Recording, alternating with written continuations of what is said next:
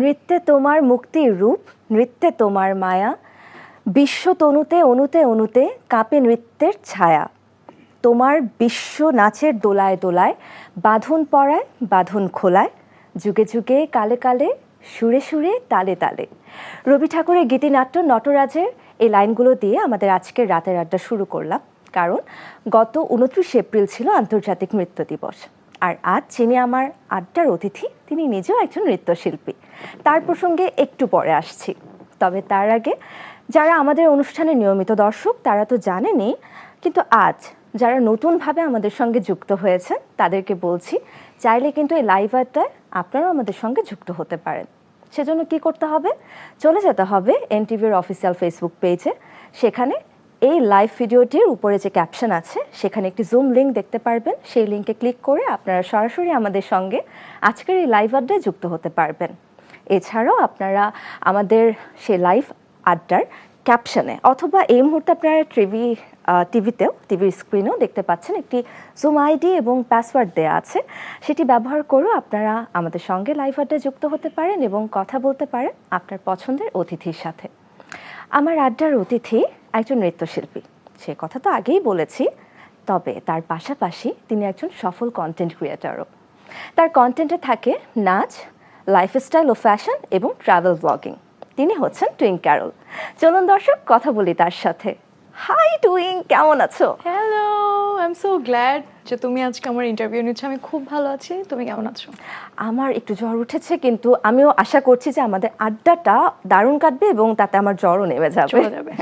অনেকদিন পর দেখা হলো, by the way. I know, অনেক দিন পর, প্রায় 1 বছর পর আই গেস।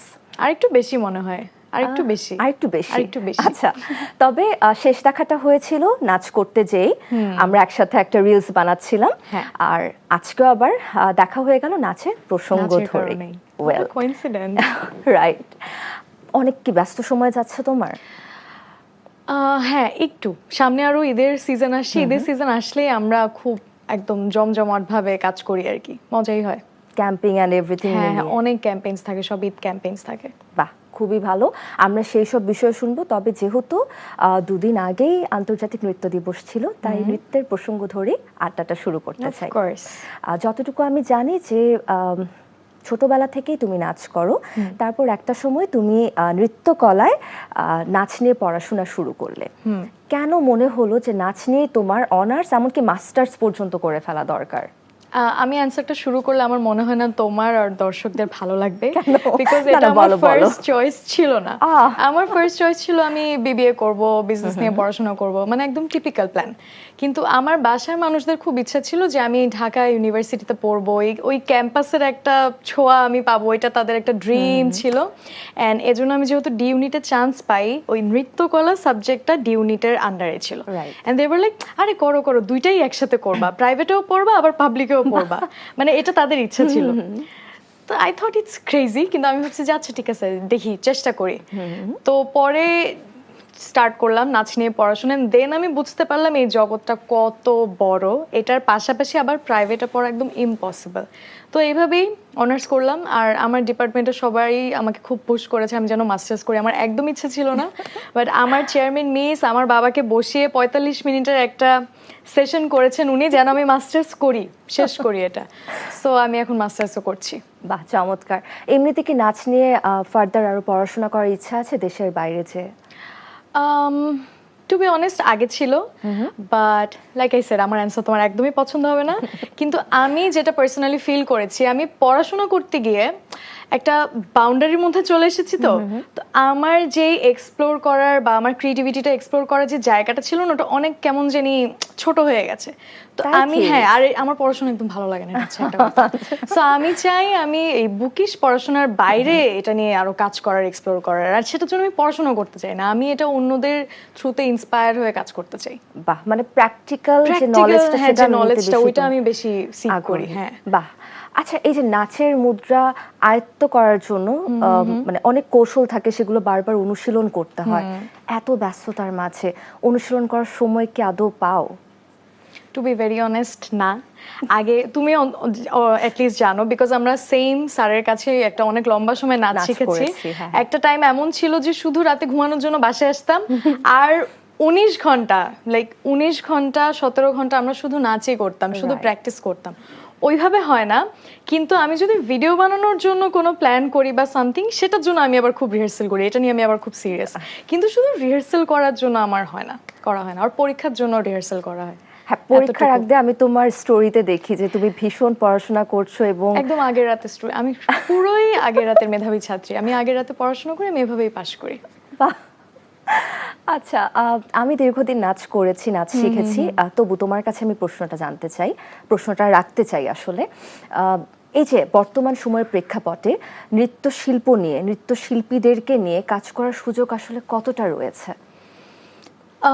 আসলে আগে যা সুযোগ ছিল, আমার মনে হয় এখন আরো ইন্ডাস্ট্রিটা একদমই মানে মৃত পর্যায়ে, একদম অলমোস্ট ডেড, যেটা আমার বলতে একদমই ভালো লাগছে না, but this is the truth.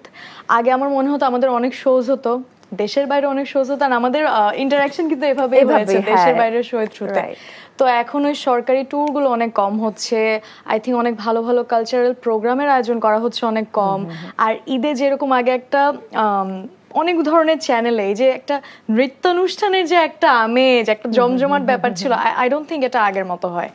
But I feel like আমাদের ইউথ যে জেনারেশনটা, আমরা নতুন যারা আছি, আমি ছাড়াও এরকম অনেক গ্রুপস আছে ছোট ছোট বা সিঙ্গেল যারা ইন্ডিভিজুয়ালি কাজ করে, ওরা চেষ্টা করছে সোশ্যাল মিডিয়াতে, কিন্তু প্রোগ্রাম বা কাজের জায়গার অপরচুনিটিগুলো আমার মনে হয় এখনো কম। বাট আই থিঙ্ক হবে, এই জেনারেশনটা আই থিঙ্ক চেষ্টা করলে সম্ভব। বাহ, চমৎকার। নাচ দিয়ে তোমার কন্টেন্ট ক্রিয়েশনের যাত্রা শুরু হয় যতদূর আমার মনে পড়ে। নাচ দিয়ে তুমি ভিডিওগুলো ক্রিয়েট করা শুরু করো করোনাকালীন সময়ে, খুব বেশি আর কি এটার মধ্যে তুমি ইনভলভ হয়ে যাও। তো যদি সেই সময়টার কথা বলি, 2019 থেকে 20-এর ওই সময়টা, 20, হ্যাঁ, আমি যদি বেশি ধরি তাহলে হচ্ছে গিয়ে তুমি রেকর্ডিং, ভিডিও এডিটিং, আরও যা কিছু থাকে, যা আসলে একটা ভিডিওকে দর্শক পর্যন্ত রিচ করার জন্য প্রয়োজন হয়, সবকিছুই কি তুমি একা একা করতে, নাকি তোমার একটা টিম ছিল শুরু থেকে? না, তখন টিম কি সেটাই তো বুঝতাম না, কিসের ম্যানেজার, কিসের এডিটর, এগুলো তো আমি এই টার্মগুলোর সাথে আমি পরিচিত ছিলাম না। বাট আই ফিল লাইক আমি এমন একজন মানুষ যে কোনো সিচুয়েশনে কোপ আপ করতে পারি। প্রথম হয়তো বা একটু কষ্ট হয়, বাট আমি বুঝি যে এখন এইটাই, it is what it is. বাসার বাইরে বের হতে পারবো না, চাইলেই ঘুরতে যেতে পারবো না, চাইলেই অন্য কিছু করতে পারবো না, আমাকে বাসায় থেকেই এমন কিছু করতে হবে যাতে আমার স্যানিটি ঠিক থাকে। সো এটা আমি আমার রুটিন বানিয়ে নিয়েছিলাম। আর I use to love making videos, আমার এটা খুব থেরাপিউটিক লাগতো, এডিট করতে খুব থেরাপিউটিক লাগতো। তো এটা আমার রুটিনই ছিল, আমি উঠতাম, মেকআপ করতাম, রেডি হতাম, ভিডিওস বানাতাম, এডিট করতাম, রাতে এডিট করতে করতে ঘুমিয়ে যেতাম। That was my routine. And আমি এখনো বলি, কোভিডের সময়টা ছিল আমার লাইফে one of the most best time ever. আমি এত ডিসিপ্লিন ছিলাম, টাইমলি খাওয়া, টাইমলি ঘুমানো, টাইমলি ভিডিও বানানো, আর আমার ক্রিয়েটিভ জুসগুলো তখন এভাবে বের হতো। তো অনেক ভালো একটা টাইম ছিল আমার জন্য। তো এগুলো তাহলে নিজে নিজে তুমি কিভাবে শিখলে, কখন শিখলে? আমি জানি না, আই থিঙ্ক জাস্ট ভিডিওস দেখে আমার যে ভিডিও ভালো লাগতো বা কোনো আইডিয়া ভালো লাগলে আমি ওইটা রিক্রিয়েট করার চেষ্টা করতাম নিজের আইডিয়াস দিয়ে করে। আর এরও অনেক আগে থেকেই আমি ডান্স কভার্স আপলোড দিতাম, মানে কোভিডের আগে থেকেই। তো কোভিডের সময়টা তখন এটা আরো বেশি করা হয় আর কি। এই ওকে, সো এই যে তুমি বললে যে বিভিন্ন কন্টেন্ট, তারপর আইডিয়ার কথা বললে, আমার যতটুকু মনে হয় যে কন্টেন্ট ক্রিয়েশনের যে মার্কেটটা আছে না, বা ইন্ডাস্ট্রিটার কথা যদি আমি বলি, that is really very competitive. Yes, আরেকজনের থেকে তোমার আইডিয়াটাকে ডিফারেন্ট রাখার জন্য তুমি কিভাবে তোমার আইডিয়াটা জেনারেট করো, বা তুমি কি কি কৌশল অবলম্বন করো? এখানে আমি তোমাকে একটা সিক্রেট বলে দিই, সেটা হচ্ছে এই ইন্ডাস্ট্রিতে কিন্তু কপি পেস্ট নিয়ে অনেক ঝগড়া হয়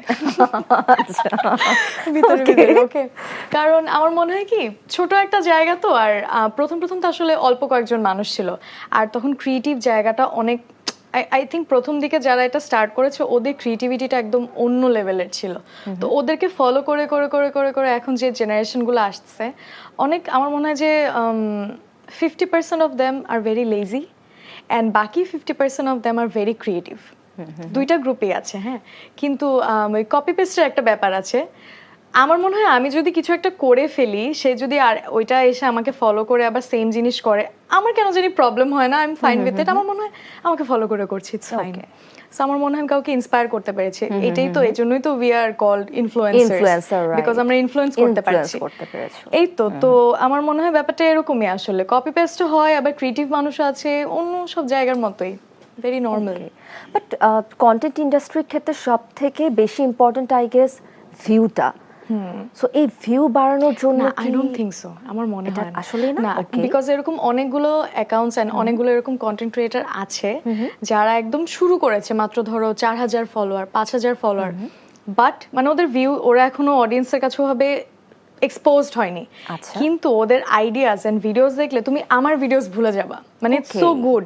এন্ড ব্র্যান্ডরা দেখা যায় ওদেরকেও রিচ আউট করে, ওদেরকেও বলে যে ডু আওয়ার ক্যাম্পেইনস, আমাদেরকে প্রমোট করো তোমার স্টোরি থ্রুতে, এরকম ট্যালেন্টেড অনেকে আছে।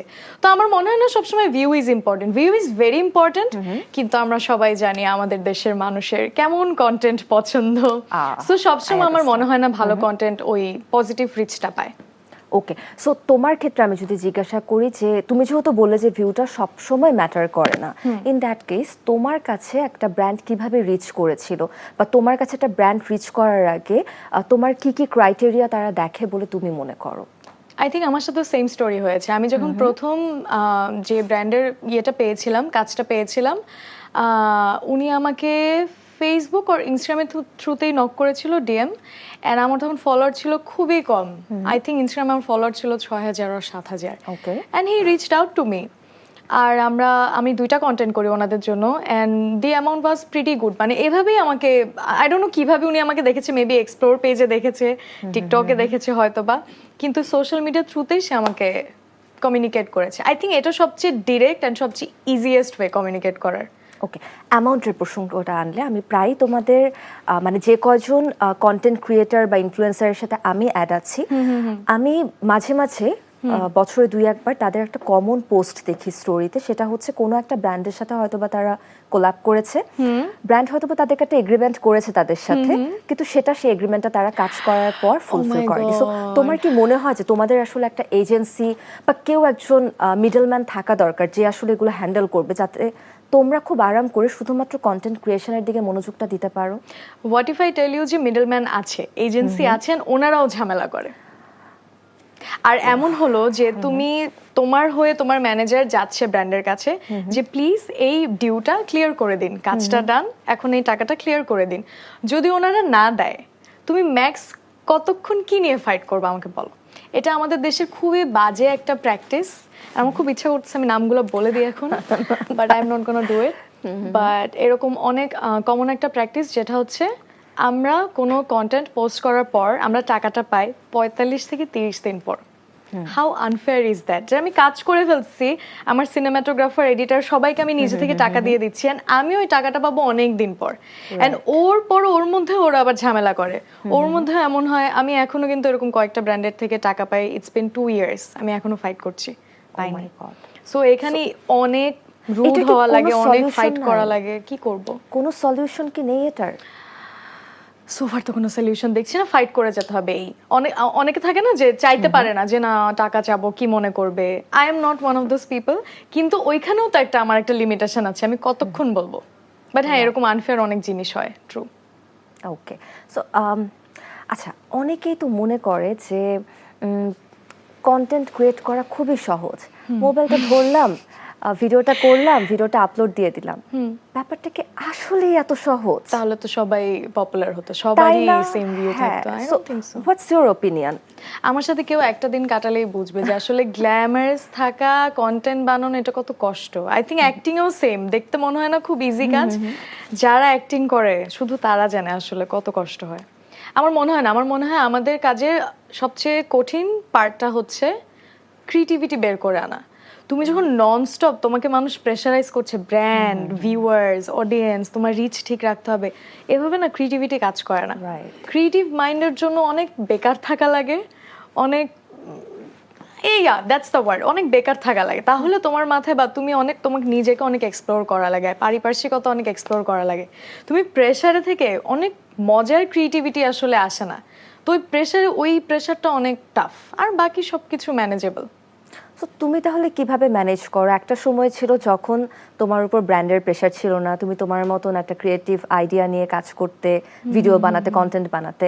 তারপর এই যে ব্র্যান্ডের সাথে কোলাবোরেট করে কাজ করা শুরু করলে, ডেফিনেটলি তুমি বলছো যে একটা প্রেশার নিতে হয়।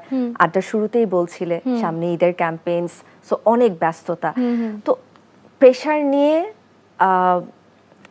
নিজের স্বাধীনতায় কাজ না করা ভার্সেস প্রেশার না নিয়ে নিজের স্বাধীনতায় কাজ করা, একটা বড় চেঞ্জেস কিন্তু। কিভাবে ডিল করছো?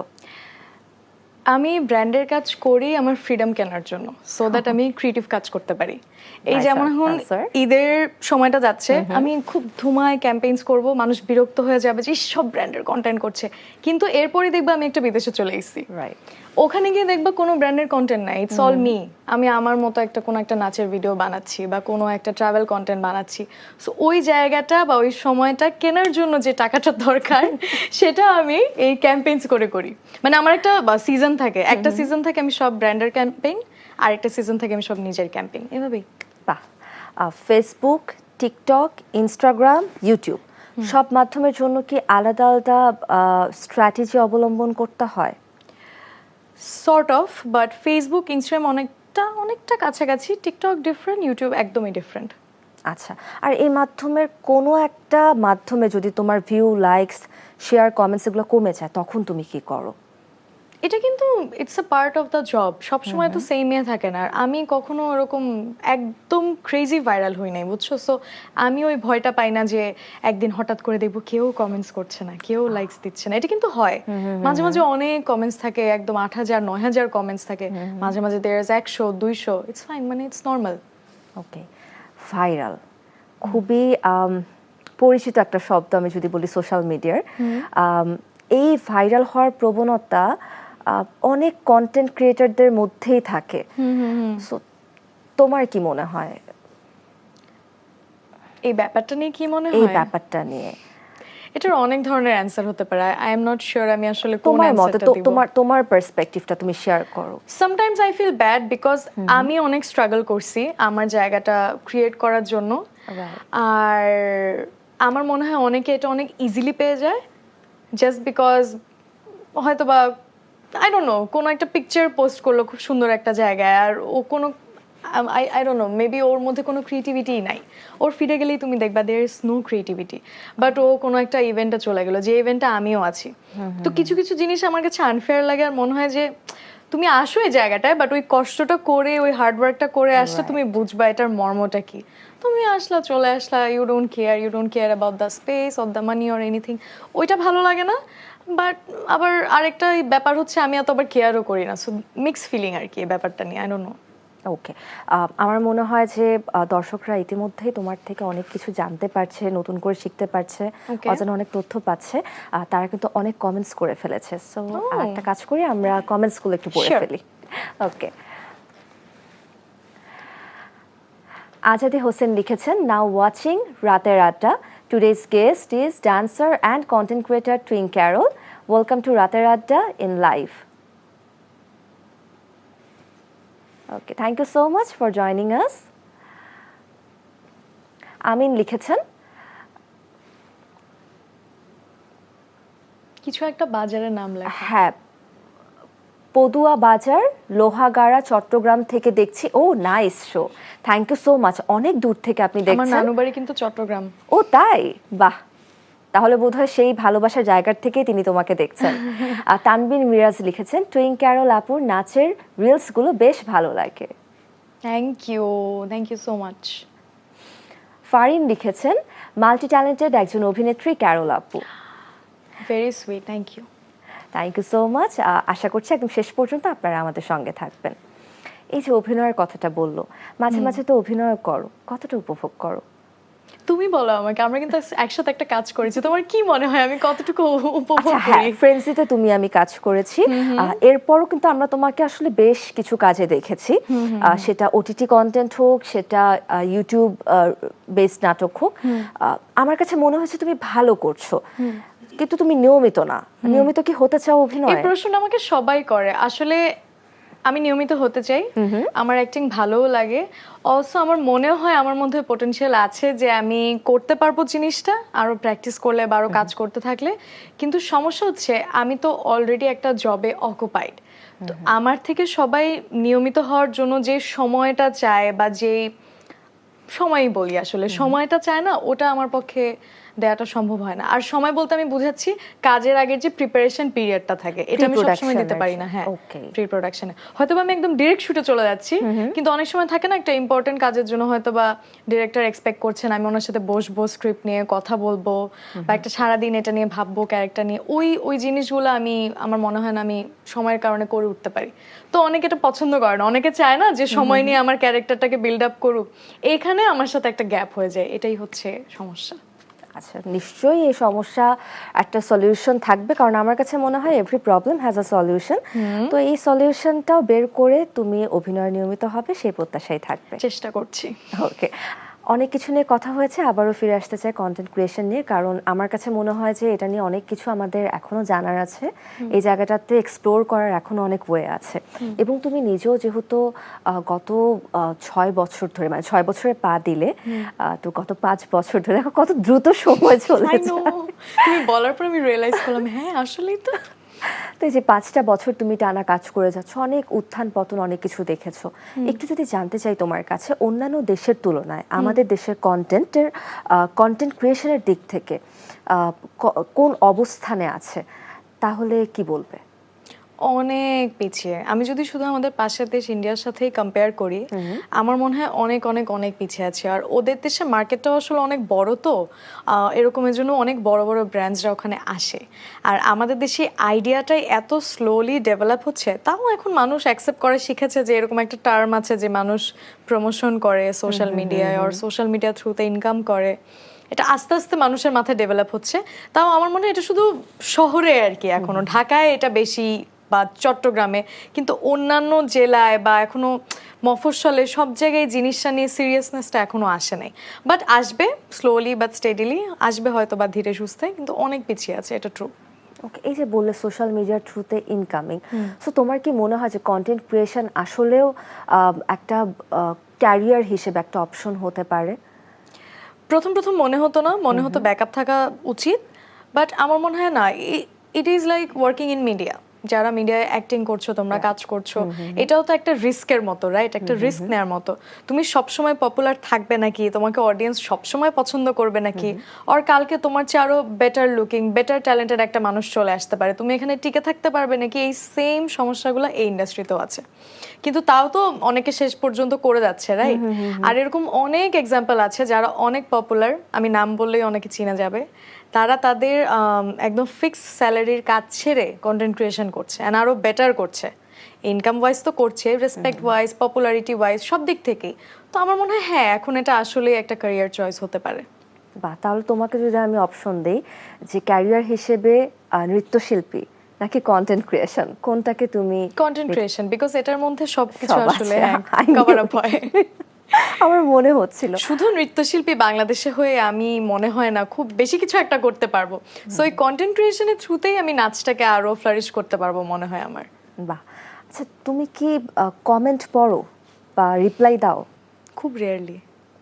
আগে দিতাম, আগে আমি খুব পপুলার ছিলাম এই কারণে, বিকজ আমি সব কমেন্টসে রিপ্লাই দিতাম। আচ্ছা, ব্যাপারটা কি এমন যে পপুলার হয়ে যাওয়ার পর তারপর আর? না না না না, আমার পছন্দ ছিল রিপ্লাই দেওয়া, কিন্তু এই যে এখন আমি জানি না ফেসবুকের কি সমস্যা, ভালো কমেন্টস খুব কম আসে, আর উল্টাপাল্টা মানুষরা অনেক উল্টাপাল্টা কমেন্ট বেশি করে। আর আমার সাথে খুব সিরিয়াস একটা ঘটনাও ঘটেছিল এখান থেকে, এই জন্য আমি আস্তে আস্তে just I have stop doing it. Share কি করা যাবে আমাদের সাথে? আমার সাথে আমি খুব শর্টে বলি, দুইটা কাহিনী হয়েছিল, একটা ইনস্টাগ্রামে, একটা ফেসবুকে। ওকে। ইনস্টাগ্রামেরটা হয়েছিল, একটা ছেলে ছিল যে আমার ফ্যান পেজ চালাতো, অ্যান্ড দেন সে আস্তে আস্তে আমার এমন এমন সব ভিডিওস, ধরো আমি মাত্র এখন আপলোড দিয়েছি আমার ফিডে, ওটা ভিউজ হতে হতে ওইটা নিয়ে ওর ওখানে দিয়ে দিচ্ছে, আপলোড দিয়ে দিচ্ছে। তো দেখা যেত যে ওর অ্যাকাউন্টে ভিউজ বেড়ে যাচ্ছে, বা আমার এমন কোনো একটা টিকটক ভিডিও যেটা শুধু টিকটকে আছে, ঠিক আছে, অত স্পেশাল কিছু না, ওটা নিয়ে এখানে আপলোড করা শুরু করে দিয়েছে। তো একদিন আমি ওকে বলি যে তুমি আমার পারমিশন ছাড়া এখন থেকে কন্টেন্ট আপলোড দিবা না। এটা আমি বলার কারণে ও খেপে যায়, এন্ড খেপে যায় আমার সাথে অনেক উল্টাপাল্টা কথা বলতে থাকে, এন্ড আমি অনেক কিছু বলতে থাকি, আর সে আমাকে পুরো থ্রেট দিয়ে বসে যে আমার কন্টেন্ট ও যেভাবে ইচ্ছে সেভাবে ইউজ করবো। আমি বলছি আমি কিন্তু তোমার উপর সাইবার বুলিং এর করবো, কেস করবো। দেন আমার সাথে খুবই অকথ্য ভাষায় কথা বলে, এন্ড এরকম একটা ভাব দেখা যায় আই ডোন্ট কেয়ার, যা ইচ্ছা তাই করো, এরকম একটা অ্যাটিটিউড। আমি পুরো আকাশ থেকে বলি তুই আমার কন্টেন্ট ইউজ করে কেন, আমি কেন এরকম একটা প্রবলেমের সম্মুখীন হব।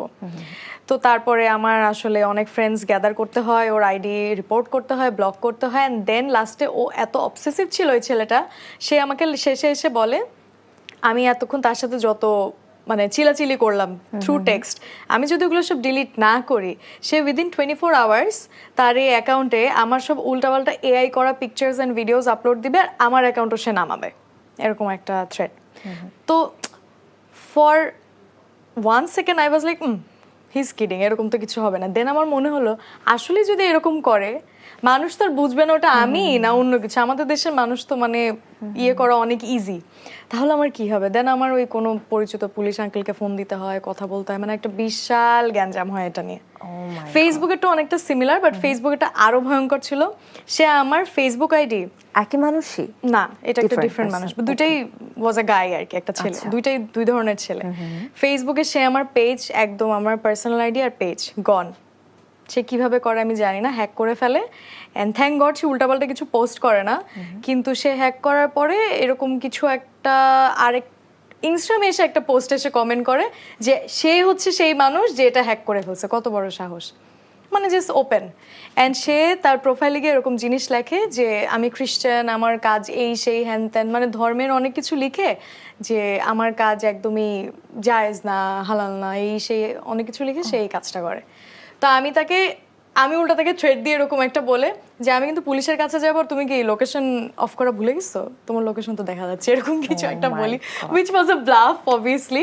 এটা দেখে ছেলেটা পুরো সব কমেন্ট করা বন্ধ করে দেয়। অ্যান্ড আসলে পরে পুলিশ ওকে ধরে, মনে হয় নাটোরের কোনো একটা জায়গায় ছেলেটা ছিল। ও মাই গড। তো I had to do it, এটা অনেক সিরিয়াস পর্যায়ে গিয়েছিল, আমার অনেক দিন থানায় যেতে হয়েছে এটা নিয়ে। আর আমি আসলে অনেক মানে ভয় পাইছিলাম অনেস্টলি, এইটা পর ধর্মের জিনিস নিয়ে অনেক কথা টথা বলে, এটা অনেক সেন্সিটিভ একটা টপিক, তো আমি খুবই ভয় পেয়েছিলাম। অ্যান্ড ওকে নাটোর থেকে ধরে, ওকে একটু থ্রেট দেয়, তারপরে he came to his senses and then আমি আবার পেজ খুলি। আই এম গ্ল্যাড যে তুমি সেই জায়গা থেকে বেরিয়ে আসতে পেরেছো এবং খুব সুন্দরভাবে পুরো পরিস্থিতিটাকে হ্যান্ডেল করেছো। ওয়েল, তোমার এই মুডটার থেকে তোমাকে একটু বের করে আনার জন্য তোমার সাথে সারপ্রাইজ ভিডিও কল আছে। ওয়াও, ওকে, ইয়েস, চলো দেখে নিই তাহলে ভিডিও কলে কে আমাদের সঙ্গে আছেন। ওকে। আসসালামু আলাইকুম স্যার। ও মাই গড, আসসালামু আলাইকুম স্যার। স্যার আপনাকে একটু ক্যামেরার থেকে একটু পিছিয়ে যেতে হবে, আপনাকে আমরা পুরোপুরিভাবে দেখতে পাচ্ছি না, একদম পারফেক্টলি আছেন। একটু দর্শকদের উদ্দেশ্যে জানিয়ে রাখি, টুইঙ্ক একটু আগে বলছিল যে টুইঙ্কের সাথে আমার পরিচয় যে নাচের ক্লাস থেকে নন্দনকলা কেন্দ্র, তার যে সত্ত্বাধিকার MR ওয়াসেক, আমার নৃত্যগুরু, তিনি এই মুহূর্তে আমাদের সঙ্গে যুক্ত হয়েছেন। অনেক অনেক ধন্যবাদ স্যার আমাদের সঙ্গে এই মুহূর্তে যুক্ত হওয়ার জন্য। কেমন আছেন? আমি স্বপ্নেও ভাবি নাই তুমি স্যারকে আনতে পারবা। স্যার ভালো আছেন? এখন স্যার 100টা আমাকে বকা দিবে। স্যার আপনার কথা আমরা শুনতে পাচ্ছি না, হয়তো বা মিউট আছে কলটা, একটু আনমিউট করতে হবে। শোনা যাচ্ছে না I guess. Sir sir zoom অ্যাপে আপনাকে অডিও অপশনটা একটু অন করতে হবে।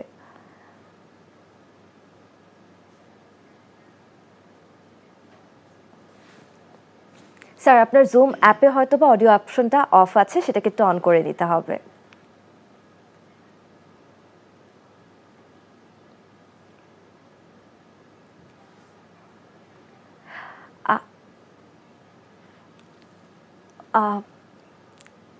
দুঃখিত, বোধহয় কোনো সাময়িক কোনো সমস্যা হয়েছে।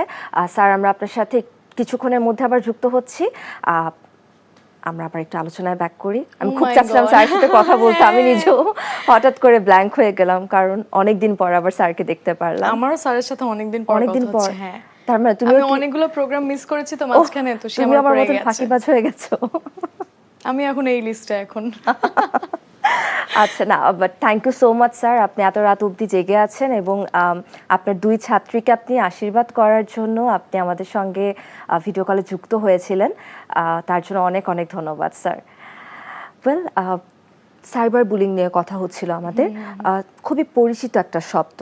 তুমি তো বললে দুটো ইনসিডেন্ট আমাদের সাথে শেয়ার করলে, এগুলো কি কোনো ধরনের মানসিক চাপ তো নিশ্চয়ই তৈরি করেছিল তখন, এখন কি মানসিক চাপ আর ফিল করো? তোমার মেন্টাল হেলথে কি কোনো ধরনের কোনো প্রেশার ক্রিয়েট করে এই ধরনের সাইবার বুলিং?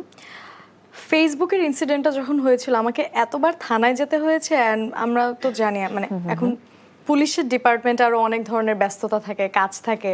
সো একটা টাইমে I lost all my Hopes, যে মনে হয় না এটা ঠিক হবে।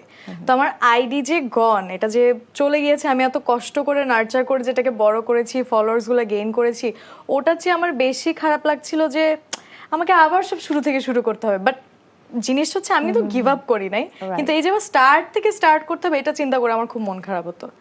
এখন ঠিক আছে, বাট এখনো যদি হঠাৎ করে একটা পেজ চলে যায় কষ্ট তো লাগবেই, কিন্তু দ্যাটস ফাইন, আমরা স্টার্ট করব, that is life. Right, absolutely, it's a part of life. তোমার কন্টেন্টে ইতিবাচক নেতিবাচক দুই ধরনের কমেন্টই মানুষ করে থাকে। বিশেষ করে নেতিবাচক কমেন্টগুলো তোমার কাজের উপর কোনো প্রভাব ফেলে? না, আমি আগেও অনেকগুলো ইন্টারভিউতে বলেছি আমার গায়ের চামড়া অনেক শক্ত। আর আমার নিজের লাইফে আমি এত নিজেকে নিয়ে সমালোচনা, অনেক ক্লোজ মানুষদের থেকে এত ডিমোটিভেটেড হয়েছি আমি, আমার এগুলো গায়েই লাগে না, ওগুলো মনে হয় কিছু। এটা তো নিশ্চয়ই একদিনে হয়নি, তোমার নিজেকে কিভাবে প্রিপেয়ার করতে হয়েছে, শুরুর দিকে কিভাবে ডিল করতে এগুলো? Social media or my close ones? Close ones সবগুলোই, অবশ্য দুটোর দুই রকম। আমি না জানি না আসলে, মেবি এটা হয়তো বা ব্লেসিং, কারণ এক একজন এক একভাবে ডিল করে। তো আমার মনে হয় আমি কোনো একটা প্রবলেমে পড়লে বা আমার সাথে খারাপ কিছু হলে আমি সবসময় ওটা থেকে একটা শিক্ষা নিতে পারি বা ভেঙে পড়ি না। আর এমন হয় যে আমি কিছুদিন কান্নাকাটি করি, মন খারাপ করি, বাট আমি ওর মধ্যেও জানি যে I will pass through it. আর আমার মোটোই হচ্ছে লাইফে যে যখনই খুব খারাপ সময় আসে বা কোনো কিছু খারাপ হয়, গো রাইট থ্রু ইট, এটাকে ঠিক করার চেষ্টা করো না। ঠিক করার চেষ্টা করলে এটা আরো বড় হয়। তুমি যদি যতক্ষণ তোমার খারাপ লাগছে, কতক্ষণ খারাপ লাগবে তোমার একজনকে নিয়ে বা কোনো প্রবলেম নিয়ে, 1 দিন 2 দিন 3 দিন 4 দিন, একটা না একটা টাইমে you will move on from that problem. তো যখন হয় জাস্ট গো থ্রু ইট। মন খারাপ হচ্ছে, মন খারাপই থাকো, জোর করে খুশি হওয়ার দরকার নেই। আস্তে আস্তে আস্তে আস্তে এমনিই ঠিক হয়ে যায়। ইটস অল মানে it all is a matter of time. তা আমি এটা বিলিভ করি দেখে আমার কোনো এত গায়ে লাগে না। খারাপ লাগে, কিছুক্ষণ খারাপ লাগে, কান্না করি, শেয়ার করি, এটা করি ওইটা করি, তারপর ঠিক হয়ে যায়। আচ্ছা, এমন মন খারাপের দিনগুলোতে ফ্যামিলির মানুষদের থেকে কতটা সাপোর্ট পাও তুমি? To be very honest, zero. এটার কারণ হচ্ছে এমন না যে আমার ফ্যামিলির মানুষজন অনেক খারাপ, আমাকে ভালোবাসে না, এমন না, but they are all very busy in their own life. আর আমি জানি না, আমার বাসার মানুষ ওরকম না যে আমি একেবারে চাইলেই সব শেয়ার করব, সব বলবো। ওই বড়, আমার চেয়ে বড় বা রেসপেক্টের একটা জায়গা আছে না, চাইলেই তো সব বলা যায় না আসলে। সেও হয়তো বা তার মাকে চাইলেই সব বলতে পারেনি। তো সাপোর্ট এসব ক্ষেত্রে মানে ওই ইমোশনাল বন্ডিংটা কম, কিন্তু এমনি তো আমি যখনই কোনো বিপদে পড়ি, সমস্যা হয়, সেই সাপোর্ট তো আছেই। তাহলে ইমোশনাল সাপোর্টার হিসেবে বন্ধু বা সহপাঠীরা কেমন? I am so blessed with them. আমার ফ্রেন্ড সার্কেল হয়েছে খুব ভালো ফ্রেন্ড সার্কেল রিসেন্ট ইয়ার্সে। এর আগে সব আলতু ফালতু বন্ধু বানাইছি আমি।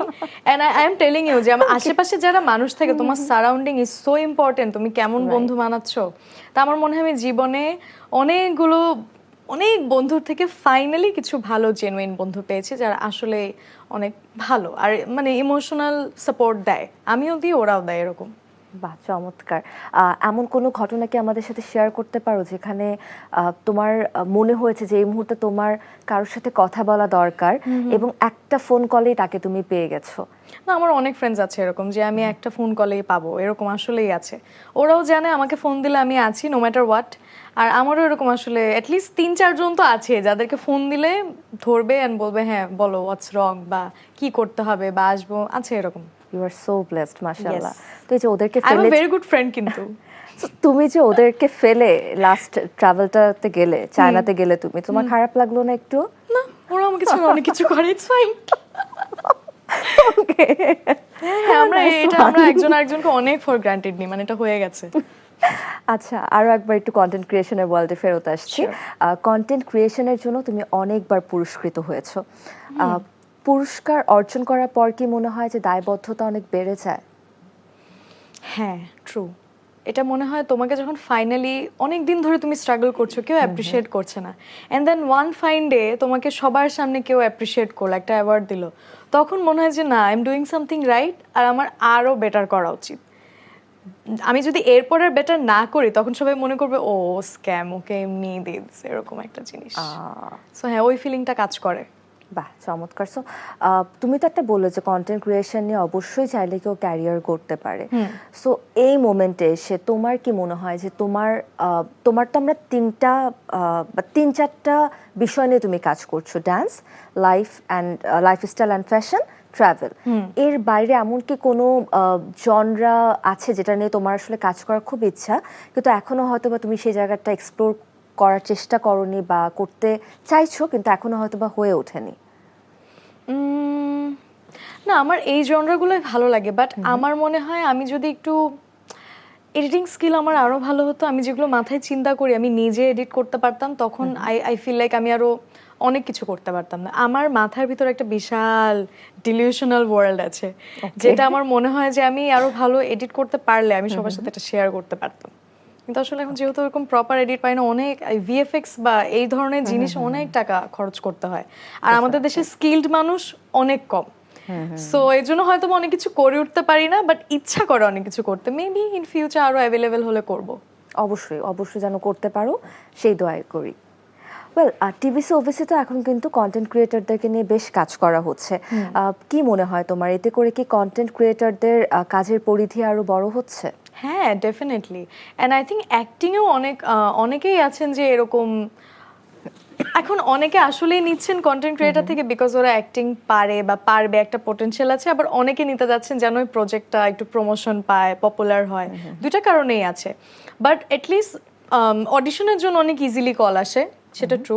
যদি তুমি সোশ্যাল মিডিয়ায় পপুলার হও, অডিশন কল আসে অনেক ইজিলি। অ্যান্ড টিভিসি ওবিসির অফার্স তো আসে, আমি অনেকেই দেখি যারা একদম নতুন ফ্রেশ ইয়াং, ওরা অনেক ওবিসি করছে, টিভিসি করছেন, দে আর ডুইং রিয়েলি গুড। মানে খুব amazing expressions, amazing body language, ভালোই করছে। বাহ, মাঝখানে তুমি উপস্থাপনাও করতে, উপস্থাপনা কতটা উপভোগ করো? উপস্থাপনা এখনো করি। এমন হয় যে আমি আমার কোনো আমি নাম নিয়েই বলি, আমি শাহ সিমেন্টের একটা ক্যাম্পেইন করেছি রিসেন্টলি, তো ওখানে আমি অ্যাট দ্য সেম টাইম কন্টেন্টও বানিয়েছি আবার উপস্থাপনাও করেছি। তো এরকম হয়, ওরা নিজেরাই আমাকে এসে অ্যাপ্রোচ করে যে তুমি কন্টেন্টও বানাও আবার রেড কার্পেটও হোস্ট করে দাও, টুইন ওয়ান করো। হ্যাঁ করি, একটু কষ্ট হয় বাট করি, ভালোই লাগে। ভালোই লাগে, তাই না? উপস্থাপনা ইজ ফান। সো এই যে এত প্রেশার তুমি নিচ্ছ, একদিকে তোমার পড়াশোনা, একদিকে কন্টেন্ট ক্রিয়েশনের জন্য নতুন নতুন আইডিয়া করা, রিসার্চ অ্যান্ড ডেভেলপমেন্ট, তারপর সেটা বানানো, আবার এডিটিংও কিছু কিছু ক্ষেত্রে তুমি করো যতটুকু আমি জানি। ইউটিউবেরটার জন্য হয়তো বা তোমার একটা টিম আছে যতদূর আমি জানি, এছাড়া বাকিটা নিজেরটা নিজে করো। ইউটিউবের জন্য আমি নিজে করি, আর বাকি জিনিসের জন্য টিম আছে। ওকে, সো এই যে এতগুলো চাপ একসাথে নিচ্ছ তুমি, কিভাবে তুমি তোমার টাইমটাকে ভাগ করো? ঠিক তুমি যেভাবে করো সেভাবে। আমি তো দেখো না, আমার টাইমটা লিটারেলি মানে আমারটা মনে হয় যে সব থেকে ফাঁকিবাজি আর ইজিয়েস্ট। আমি টানা দেখা যায় 6 দিন শুট করি, টানা 3 দিন আমি রেস্ট নেই মানে আমাকে একদম কেউ খুঁজে পাবে না এরকম। সো তোমার রুটিনটা কি থাকে? আমার কোনো রুটিন নাই, আই সোয়্যার। আমি নিজেও জানি না আমি কখন ঘুমাই, কখন উঠি, কখন খাই। আর আমার কোনো সেট রুটিন নাই। আমার খাবার দাবারও মাঝে মাঝে এমন হয় সারাদিন কিছুই খেলাম না, রাতেও খেলাম না, আবার মাঝে মাঝে সারাদিন খাচ্ছি, এরকম। আমাদের কাজটার কোনো 9 to 5 ধরা বাঁধা কাজ না, তো এমন হয় একদিন 6টা-7টা কন্টেন্ট বানাচ্ছি ডিফারেন্ট। এমন হয় একদিন কিছুই করছি না। সো এটা কোনো ঠিক থাকে না। এমন হয় যে একদিন কোন গ্রামে চলে গেলাম, বাইকের পিছনে ঘুরছি কোনো মাইয়া, অদ্ভুত। আবার এমন হয় একদিন বিদেশ যাচ্ছি স্পন্সর ট্রিপে, এরকম। It's just very weirdly a mixture of everything, I don't know. এবং হ্যাঁ, এই কথাটাই তো তুমি তোমার বায়োতে লিখে রেখেছো, you are a mixture of everything. Well, যারা নতুন কন্টেন্ট ক্রিয়েটর আছেন বা ভাবছেন যে হ্যাঁ আমিও কন্টেন্ট ক্রিয়েশনে নাম লেখাতে চাই, তাদের জন্য কি কোনো টিপস তুমি দিতে পারবে? ইয়েস, সেটার জন্য টিপ নাম্বার 1 হচ্ছে কপি পেস্ট করা যাবে না। কপি পেস্ট করলে you are just another person যে সেম জিনিস করছে। Try to take inspirations, ideas নেওয়ার চেষ্টা করো, ওটার সাথে নিজের আইডিয়াসকে মার্জ করে কিছু করার চেষ্টা করো। আর খুব সুন্দর দিনের আলোতে ভিডিওস বানানোর চেষ্টা করো, বিকজ অ্যামেজিং লাইট আসে। আর যেটাই করো জাস্ট কনসিস্টেন্ট থাকতে হবে। Every single day you have to post something, তাহলেই তুমি নজরে পড়বে আর কি। আই গেস টিপ 4টা আমি একটু অ্যাড করতে চাই। যদি তুমি এই সব কিছুতে দক্ষ না হও, you can hire Twin Carol. না, দ্যাট উড বি এক্সপেন্সিভ। তুমি আমার ভিডিওস দেখে ইন্সপায়ার্ড হতে পারো। আমি তো হায়ার করা যাবে না আমাকে। হালকা একটু প্রমোশন এখন এমন হয়ে গেল যে ওর প্রোফাইল আমি বেশি রিচ করে দিলাম, আমার ভিডিওস ডাউন হয়ে গেল, তাহলে কি হবে? আচ্ছা, এটাও এক ধরনের প্রেশার, তাই না, যে you have to be consistent এই মার্কেটে তোমার অবস্থানটা ধরে রাখার জন্য। তোমার কি আমি পার্সোনাল? কিন্তু অনেক কম্পিটিটিভ, অনেক। আমি খুব চিন্তা করি, এরকম কোন ক্যাম্পেইনসে কাউকে ডাকলো, আমাকে ডাকলো না, আমি মনে মনে ভাবি ওকে বললো আমাকে বললো না কেন। মন খারাপ হয়? মন খারাপ হয় না, চিন্তা করি যে কেন ডাকলো না, আমার মধ্যে কি নাই, এরকম। এটাকে আসলে মোটিভেট হিসেবে ইউজ না, করি। অবশ্যই অবশ্যই, এটা খুবই পজিটিভ একটা সাইন যে তুমি তোমার নিজেকে ডেভেলপ করার জন্য ভাবছো এটা, যে ওর কন্টেন্টের মধ্যে নিশ্চয়ই বিশেষ কিছু আছে যেটা ওই ক্লায়েন্টকে ট্রিগার করেছে, যেটা আমার কন্টেন্টে নাই। ওয়েল, সেই জায়গা থেকে জানতে চাই যে তোমার পছন্দের দেশীয় কন্টেন্ট ক্রিয়েটর কারা? নাম বলতে হবে? 3 জনের নাম। আমি একটা কথা বললে তুমি এখন এত হাসবা, আমি না আমার প্রোফাইল এত দেখি আমি হতে নিজেকে এত পারে। দেখি, আমি অন্য কারো নাম যে বলবো, আমি অন্যদেরকে খুব রেয়ারলি ফলো করি বা ইন্সপায়ার্ড হই, বাট অনেক আছে যারা অনেক ভালো কন্টেন্ট বানায়। ফর এক্সাম্পল ট্রাভেল কন্টেন্ট বানায়, কেন না মনে আসছে আমার, আমি কয়েকজন ট্রাভেল কন্টেন্ট ক্রিয়েটরকে ফলো করি যাদের কন্টেন্ট আমার কাছে মনে amazing. Nadir Ondago, yes, of course, thank you. He is my favorite also. He is my favorite one. খুব সিম্পল ভিডিওস বানায় বাট খুব ইনফরমেটিভ। রাইট। আর রাফসানের কিছু কিছু ভিডিও ভালো লাগে, আবার কিছু কিছু ভিডিও ভালো লাগে না। দেন ট্রাভেল কন্টেন্ট ক্রিয়েটর আরেকজনের নাম আমি কেন মনে করতে পারছি না, একজন আছে, উনি বাংলাদেশের সব এমন এমন হিডেন জেমস নিয়ে কাজ করে। ফর এক্সাম্পল গামছা বা কোনো একটা এরিয়ার মিষ্টি, ওনার কন্টেন্ট দেখে সবাই এখন এই ধরনের কন্টেন্ট বানানো স্টার্ট করেছে, কিন্তু আমি নামটা, আই এম সো সরি, আমি নামটা একদম মনে করতে পারছি না। আচ্ছা, আমার আইডিয়া আসলে খুবই কম। I think it starts from S, but একদম মনে আসছে না আমার। আচ্ছা, ঠিক আছে। আর যদি ইউটিউবারের কথা বলি, যেহেতু ইউটিউবেও তোমার খুব ভালো এবং অথেন্টিক একটা অডিয়েন্স আছে, সো তোমার যদি 3 জন পছন্দের ইউটিউবারের নাম জিজ্ঞাসা করি, কাদের নাম নিবে? আমি 2 জনের ভিডিওস একদম রিলিজিয়াসলি দেখি। একটা হচ্ছে মিশেল চোয়ে, একটা মেয়ে আছে, খুব অ্যাস্থেটিক ভ্লগস বানায়, মানে ওর ডেইলি লাইফ, ও যা করে, উইকলি ভ্লগস বানায়, ও সারা সপ্তাহ কি করলো, ওকে মনে হয় আমি, ইটস বিন 5 ইয়ার্স আমি ওকে ফলো করছি, অ্যান্ড ওর থেকে দেখে আমি অনেক কিছুতে ইন্সপায়ার্ড হই। আমি অনেক ডেইলি ভ্লগস বানাই তো মাঝে মাঝে, ওকে দেখি অনেক বেশি। It's just aesthetic soothing content, তোমার ওকে দেখলেই ভালো লাগবে, শান্তি লাগবে, থেরাপিউটিক এটা। আর sometimes I watch Apurba the rebel kid, ও যে কথা বলে, ওর কথা বলার ইয়েতেই না একটা কেমন যেন এনার্জি চলে আসে। আই ফাইন্ড ইট ভেরি, কি বলবো, এনার্জেটিক। তো ওর ভিডিওস মাঝে মাঝে আসলে ইউটিউবে দেখি। চমৎকার। আর খুব র্যান্ডম ভিডিওস দেখি আসলে। ওকে, সো কন্টেন্ট ক্রিয়েশনের ক্ষেত্রে আমার কাছে মনে হয় একটা প্লাস পয়েন্ট কি, you can write your own script, you can choose what you want to speak. হ্যাঁ, তুমি কি বলতে চাও, কি করতে চাও, এটা পুরোটাই তোমার কন্ট্রোলে থাকে, তুমি সেখানে স্বাধীন একজন মানুষ। কিন্তু আচ্ছা, প্রশ্নটাতে যাব, তবে তার আগে আরেকটি ভিডিও কল এর আমাদের সঙ্গে কেউ যুক্ত হয়েছে, দেখি কে যুক্ত হলেন। ও মাই গড, হাই অরা, কেমন আছো? আমরা জাস্ট একদিন আগে 100টা কন্টেন্ট বানিয়েছি একসাথে। 100টা? Oh my god. 100টা, টু বি ভেরি প্রিসাইজ 6টা, রাইট? ইয়েস, আমরা অনেক আমাদের রেকর্ড প্রোডাক্টিভ কাটিয়েছি অনেক দিন হাইবারনেশনে থাকার পর। ইয়েস। ওকে প্রশ্ন করো, বলো কি মনে করে আমাকে নিয়ে। অ্যাজ এ ডান্সার তুমি আমাকে রেট করো out of 10। Oh my god, আমার কাছে তো আমার বান্ধবীরা ভালোই নাচে, সো আমি তো তোমাকে 10 এ 10 দিব। ও থ্যাংক গড। বাসায় গিয়ে বলবে আসলে এটা কিন্তু মিন করিনি আমি। আচ্ছা ওরা, আমাকে একটা কথা বলো। নাম্বার ভিডিওটার জন্য তোকে দিলাম 2-10 এ।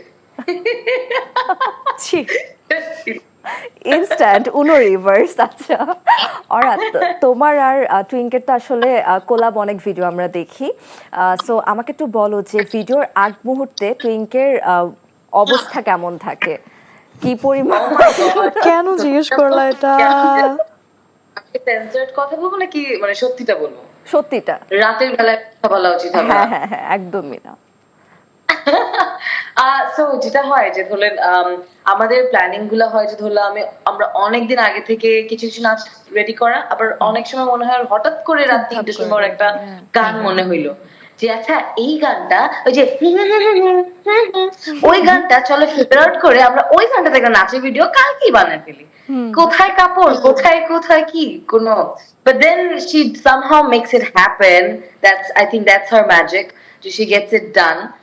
So অনেক এই যে ওই প্রেসারটা থাকে যে আগ মুহূর্তে ও ঠান্ডা মাথায় থাকতে হবে, ঠান্ডা মাথায় থাকতে হবে, বাট দেন আই থিঙ্ক আমাদের শুটিং এর সময় I am the one who gets very angry easily, she is the one ছাপ হু করে রেগে যায় এরকম। Okay, keep calm down, calm down, calm down. I'm the one who gets like very angry. করতেছেন না কেন? ওয়েল, তোমাদের দুজনের কোলাব একটা ভিডিও আমার ভীষণ পছন্দের, ভালোবাসবো বাসবো ও রে, ওই হ্যাঁ, এটা মিউজিকটা আমাদের most নেপালের, viewed video। Oh my নেপালে করা। God, তুমি জানো এটা যে আমরা জাস্ট খুদাই করছি জিনিসটা, কিন্তু জিনিসটা আমাদের খুব ভিডিও করা সুন্দর শেষ, হয়েছে। আমি জাস্ট বলছি এটা কিছু একটা করবো, এটা বলে উই জাস্ট স্টার্টেড ডান্সিং, কোনো কোরিওগ্রাফ নাই কিছু না, এন্ড এইটাই মানুষ এখনো, আমি যদি আপলোড দিই এখনো 6-7 মিলিয়ন হয়ে যাবে এরকম। না, সবথেকে বড় Crazy। কথা হচ্ছে তোমাদের দুজনের অ্যাটায়ার, তারপর View। ডান্সের, হ্যাঁ মানে প্রত্যেক পেছনের background definitely it was a compliment. আর হচ্ছে গিয়ে তোমাদের দুজনের নাচের যে সিঙ্ক্রোনাইজেশন অ্যামেজিং। আমি চাই তোমরা দুজন একসাথে কোলাপ করে আরো আরো অনেক ভিডিও করো এবং আমাদেরকে আরো অনেক সুন্দর সুন্দর নাচ উপহার দাও। Love you. Yes, it's coming soon. We all are waiting for it. Thank you so much, Aura, for joining us. Thank you so much for having me. Bye. Bye. O sweet. অরার সাথে তো অনেক সুন্দর সুন্দর moment আছে, তোমার একটা মুহূর্ত যদি শেয়ার করো যে কোন মুহূর্তটাতে, মানে অরার থেকে তো জানলাম যে কোন মুহূর্তটাতে তুমিও অনেক ক্লামসি থাকো, মেসি থাকো, সো কোন মুহূর্তটাতে অরা আসলে ক্লামসি বা মেসি থাকে? ওকে দেখলে মনে হয় অনেক ক্লামসি মেসি, আসলে কিন্তু ও না, ও না, আমার অনেক ওকে দেখে সবসময় গোছানো মনে হয়। না আচ্ছা, আসলে ওর সাথে অনেক মোমেন্টস, অনেক এক্সপিরিয়েন্স, কি বলবো, কাজেও অনেক এক্সপিরিয়েন্স, কাজের বাইরেও অনেক এক্সপিরিয়েন্স আছে, আই ডোন্ট নো আসলে কোনটা বলবো এক্স্যাক্টলি। এমন কোনো আমাদের বিদেশের অনেক ভালো ভালো মোমেন্টস আছে, আমরা একসাথে যে নেপাল ট্রিপ গিয়েছিলাম, আমি পৃথিবীর অনেক জায়গায় ঘুরেছি, I think that trip was the best one. But আমার মনে হয় ওখানকার এন্টারটেইনমেন্ট অন্য কেউ ছিল। ও ইয়েস, কিন্তু না, ও এন্টারটেইনমেন্ট ছিল না। আচ্ছা। আমাদের খুব কমন একটা ফ্রেন্ড আছে, ও যার কথা প্রতিদি তুমি বলছে, তো আমাকে ডিসঅ্যাপয়েন্ট করে দিলা। না ও কিন্তু আচ্ছা। ট্রিপে গেলে she is a complete different person. Oh okay. একদম অন্যরকম, ও পুরো একটা বয়স্ক লোকের মতো বিহেভ করে। ওকে, ও মা হয়ে কোনো- যায়, আম্মা। হ্যাঁ, এটা বলা উচিত। দেখুন, ও কোনো ক্লাবিং করতে পারে না বা লেট নাইট জেগে থাকতে পারে না, ও সব খেতে পারে না, আর ওর যে যে দুষ্টামির যে একটা মজাটা, এটা শুধু ভিতরে ভিতরে। ও মানে ও বাইরে গেলে she is a different person, ও ছবি টবি তুলে দিবে তোমাকে, তারপরেও আবার বাহ, চমৎকার। এরকম। ওয়েল, আমাদের কাছে আরেকটা ভিডিও কল আছে, চলো দেখে Sure. নেই কে আছেন। হাই শামীম ভাইয়া। একদম Hello, কি বেছে খবর? বেছে এমন মানুষগুলোকে নিয়ে আসছে যারা শুধু বকা দিবে আমাকে। একটু দর্শকদেরকে জানিয়ে রেখে আমাদের সঙ্গে এই মুহূর্তে আছেন শান্ত মরিয়ম ইউনিভার্সিটির ডান্স ডিপার্টমেন্টের লেকচারার আরিফ হোসেন শামীম, যিনি আসলে আমাদের দুজনের ডান্সমেট, কারণ আমরা তিনজনই একই সাথেই MR ওয়াসিক স্যারের স্টুডেন্ট, নন্দন কলা কেন্দ্রের স্টুডেন্ট। কেমন আছো ভাইয়া তুমি? এই তো আমি ভালো আছি। আমি যখন পোস্টারটা দেখলাম আজকে, আমি প্রথম শুনেছিলাম শুধু টুইঙ্ক আসবে, মানে হোস্টকে এইটা জানি না। যখন পোস্টারটা দেখলাম যে হোস্ট তাহিয়া, তখন আমি তো আরো অনেক খুশি। মানে কি জানি বলে, দুইটা লাড্ডু একসাথে আর কি মনের মধ্যে ফুটে উঠলো আর কি। একসাথে আমার দুইজন প্রিয় মুখ একসাথে দেখতে পারবো, এই জন্য আমার খুব ভালো লাগছে। এবং আমি বুঝতে পারছি না কি করে মিলে গেল যে আজকে দুপুরেই আমি মনে হয় একটা পোস্টে কমেন্ট করেছি যে মানে হ্যাঁ, কিউট right. হিরোইন খুঁজছে, কিউট হিরোইন খুঁজছে। আমি তখন ও লিখেছি তোমার তাহিয়া, আমার নাম বাংলাদেশের মেনশন মধ্যে করেছে ওখানে, আমিও তাহিয়া সকালবেলা আর দেখছি। টুইঙ্ক আছে বাংলাদেশে। মানে হিরোইন করার জন্য নতুন বিগ বাজেটের একটা মুভি হবে, হিরোইন লাগবে, কিন্তু হিরোইনটা হইতে হবে যে কিউট হইতে হবে। আমি তো আমার তখন মনে আসলো যে একসাথে এই দুইটা নামই মনে আসলো, এবং আমি কিন্তু মেনশনও দিয়েছি এই দুইটা নাম। এবং আজকে কি একটা আমার ভাগ্য, রাতের বেলা আমি দুইজনের সাথে কথা বলছি, তাও একটা এনটিভির মতো একটা পর্দায়। আমার খুব ভালো লাগছে আর কি। থ্যাংক ইউ সো মাচ ভাইয়া। তোমার কাছে জানতে চাই, এই যে টুইঙ্কের সাথে তো তোমার অনেক অনেক স্মৃতি, ঢাকাতে আছে, বিদেশের মাটিতে আছে, সো তুমি টুইঙ্ককে অনেক ভালো চেনো, আমার থেকে অনেক অনেক ভালো চেনো। টুইঙ্কের জন্য তোমার উপদেশ কি থাকবে? যেহেতু টিচার হয়ে গেছে, এখন তো উপদেশ চাইতেই পারি। প্লিজ উল্টাপাল্টা কিছু বইলো না। আচ্ছা,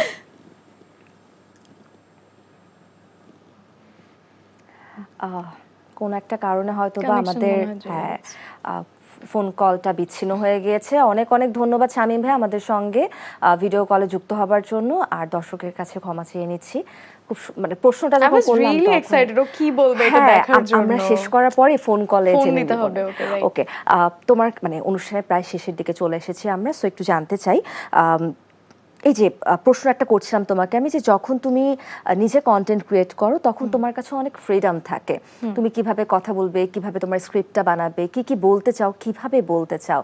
কিন্তু যখন তুমি অভিনয় করতে আসো বা উপস্থাপনা করতে আসো তখন তো একটা স্ক্রিপ্ট তোমাকে আসলে Right. মেনে চলতে হয়, একটা স্ক্রিপ্ট তোমাকে মেনটেন করতে হয়। তো এই যে মানিয়ে নেওয়াটা তখন কি একটু অসুবিধা হয়? না, স্ক্রিপ্ট মানিয়ে নেওয়া বা আমার সাথে একজন বস আছেন যার কথা আমাকে শুনতে হবে, যেমন ডিরেক্টর, ওটা সমস্যা হয় না। বাট ইট রিয়েলি ডিপেন্ডস যে ডিরেক্টর কেমন। অনেক সময় এমন অনেকে থাকে না যে, আমি যেরকম আমার পার্সোনালি হচ্ছে, আই থিঙ্ক তুমি জানো যে তোমরা যেরকম অ্যাক্টিং করতে করতে ইউজড হয়ে গেছো, তোমাদের অনেক সময় প্র্যাকটিস লাগে না, তোমরা ক্যামেরার সামনে দাঁড়াও and চট করে করতে পারো। So আমার যেটা হয়, আমার ডিরেক্টরের সাথে একটু কথা বলতে হয়, আমার ওনার মুখ থেকে শুনতে যে আমাকে এক্স্যাক্টলি কি করতে হবে, আমি কি এক্সপ্রেশন এভাবে দিব নাকি এভাবে দিব, অনেকভাবেই এক্সপ্রেস করা যায় না, আমি কি এভাবে কান্না করব না এভাবে কান্না করব। তো দেয়ার আর ভেরি ফিউ ডিরেক্টরস, যেমন আমাদের প্রীতম ভাইয়া, যে উনি এরকম বুঝিয়ে দেন নিজে থেকেই যে এটা করবে এটা করবে এটা করবে, তারপর তোমার নিজের থেকে তুমি দাও। এন্ড অনেকে আছেন কোনো রিহার্সাল করতে চায় না, আমি যদি প্রশ্নও করি উনি আমাকে বলে এই তো স্ক্রিপ্টে লেখা আছে দেখো এইভাবে এইভাবে করে ফেলো। তো ওগুলাই আমার অসুবিধা হয়, এটাই হচ্ছে প্রবলেম। ওই সাপোর্টটা আমাকে করলে তখন I can do Got it. শেষ মুহূর্তে এসে আমাদের সাথে আরো একজন ভিডিও কলে যুক্ত হয়েছেন, দেখে নেই কে। ওকে। ওকে, আসসালামু আলাইকুম। কি খবর? আচ্ছা, তোমার পরিচিত, ওকে, কে হ্যাঁ। বলছেন, কোথা থেকে বলছেন, ভাই একটু পরিচয়টা দিবেন। আমি আলামিন বলছি নোয়াখালী থেকে। আমি টুইঙ্কের অনেক বড় ফ্যান। টুইঙ্ক তো আমাকে চিনো নিশ্চয়ই। নিজের পরিচয় দাও আগে। আমি আলামিন, আমি একজন সিঙ্গার এবং আমি একজন অ্যাক্টর। কিছুদিন আগে আমার মাশাআল্লাহ। ফিল্ম তবে গিয়েছিল আলী, যেটা আপনারা হয়তো দেখেছেন, আমি জানি না। ও কিন্তু খুব রিসেন্টলি উনি কি ক্যানস আলিতে অভিনয় ফেস্টিভ্যাল ছিল না, করেছেন? ইয়া, ও ক্যানস ফেস্টিভ্যালে গিয়ে এসেছে ওর কাজ নিয়ে। You are the Ali. Yes. Oh my God. First of all, congratulations. আমাদের মানে বাংলাদেশের একটা কন্টেন্টকে আন্তর্জাতিক পর্যায়ে আপনার মধ্য We are দিয়ে so proud উপস্থাপন of you. হয়েছে। Yes, I am really so proud of you. Adnan ভাইকে এতদিন ধরে আমার উইশ করা হয়েছে, নির্মাতা যিনি, কিন্তু আপনাকে প্রথমবার আমি উইশ করার সুযোগ পাচ্ছি, আমার নিজের কাছেও ভীষণ ভালো লাগছে। Thank you so Thank you much so for much. Joining us. হ্যাঁ, আমি আসলে খুবই টুইঙ্কের ফ্যান। আমার ফ্রেন্ডরা ওরকে অনেক দেখে এবং আমি যে হোস্ট আপু, আয়েশা আপু, আমি আপনারও খুবই ফ্যান। তো ভাইয়া, টুইঙ্কের সাথে একটু দেখা দিয়ে একটু কথা বলি সরাসরি। প্লিজ প্লিজ আপনার যে কোনো প্রশ্ন আপনি টুইঙ্কে করতে পারেন। The floor is years. হ্যাঁ, কোয়েশ্চেন করার মতো অনেক কিছুই আছে। ও ভালো এত প্রশ্ন সুন্দর। করো। প্রশ্ন বলতে কি বলবো, আমি তোমাকে দেখে এলোমেলো হয়ে যাচ্ছে সবকিছু। How sweet. থ্যাংক ইউ, আমি খুব fan খুশি হলাম যে তুমি কলে এসেছো। আমি তোমার রাফির একটা ভিডিও দেখেছিলাম আরো কয়েক বছর আগে, ওটা দেখে ওটার পর থেকে কোন ভিডিও? ওই তো আমি গান গেয়ে শোনাই। হ্যাঁ, ও শিওর। ওকে, হ্যাঁ, একটা গান ছিল তুমি আর ও রাফি কাশফুলে করেছিলে, ভিডিও করেছিলেন। ও হ্যাঁ, রাইট। এই ভালো এই খারাপ, ও প্রেম মানে মিষ্টি পা, চলো মানে মানে দিয়ে পেলি ডুব, তুমি আমি মিলে দুজনই মনটাকে ও বিঁধে ফেলি সাত পাখি, চলো ছোট খাটো করে ভুলছ, তুমি আমি মিলে সাজিয়েছি ছোট্ট এক ভালি সুর, রাজি আছি আজকে বৃষ্টি নামুক। ক্রেজি। Sorry. নাইস, থামলা কেন? Thank you. অনেক অনেক ধন্যবাদ। অ্যামেজিং। মানে এটা টোটালি আনএক্সপেক্টেড ছিল। আলী বলেছি আমি তাকে। I hope you won't mind আমি যদি আপনাকে আলী বলে অ্যাড্রেস করি। প্রথম কথা, অনেক অনেক ধন্যবাদ আমাদের সঙ্গে যুক্ত হওয়ার জন্য, কারণ এটা টোটালি আনএক্সপেক্টেড ছিল। আবার আমাদের অনুষ্ঠানে এসে আপনি আমাদের দুজনকে একসাথে এবং এই মুহূর্তে যারা আমাদেরকে দেখছেন সবাইকে আপনি এত সুন্দর একটি গান উপহার দিলেন এবং একই সাথে দ্বৈত কণ্ঠে। অ্যামেজিং, হ্যাঁ। Amazing, thank you. Thank you so much. অনেক অনেক শুভকামনা হবে রইল আবার। আপনার জন্য এবং অনেক ভালো থাকবেন আপনি। থ্যাংক ইউ সো মাচ, আপনারা ভালো থাকবেন। দর্শক, আমাদের সঙ্গে আরিফ হোসেন শামীম আরো একবার যুক্ত হতে যাচ্ছেন, ও, আমরা সেই কলটি নিয়ে উপদেশ। নিচ্ছি।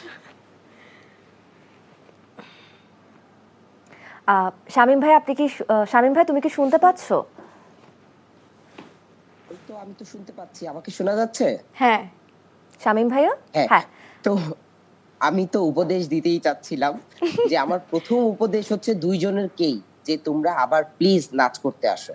আমি তোমাদের দুইজনকে প্রতি ঈদের প্রোগ্রামে ফোন দেই, তোমরা দুইজনের একজনও প্রোগ্রাম করতে চাও না। তোমরা প্লিজ আমি ডান্স করো জানতাম, এবং আমি নাচের জানতাম ওই প্রোগ্রামে জিনিসটা আসো। বলবে। এইটাই, আমি বারবার তোমাদের ফোন দিয়ে আমি পাই না। আর দুইজনের যে একসাথে পেয়েছি, এটা সবচেয়ে আমার তুরস্কের ট্যুরের কথা মনে পড়ে যাচ্ছে। মানে Right. তোমরা কিন্তু শুরুতেই বলছিলা 2018 সালে যে ছিলাম আমরা, কিন্তু তিনজন, কত স্মৃতি, কত মজা, এগুলো তো আর বলে শেষ হবে না। কিন্তু আমি সাধারণ দর্শক হিসেবেও চাই তোমরা দুইজন রেগুলার নাচ করো এবং হচ্ছে গিয়ে প্রোগ্রাম করো, স্টেজ হোক এবং টিভি হোক, যেইটাই হোক, কিন্তু তোমরা প্রোগ্রাম করো। কারণ এত সুন্দর নাচ করো তোমরা দুইজনই। টুইঙ্কো যেই রকম সুন্দর নাচ করে, তাহিয়াও ঠিক সেই রকমই সুন্দর নাচ করে। আমি চাই যে তোমরা দুইজন রেগুলার প্রোগ্রাম করো।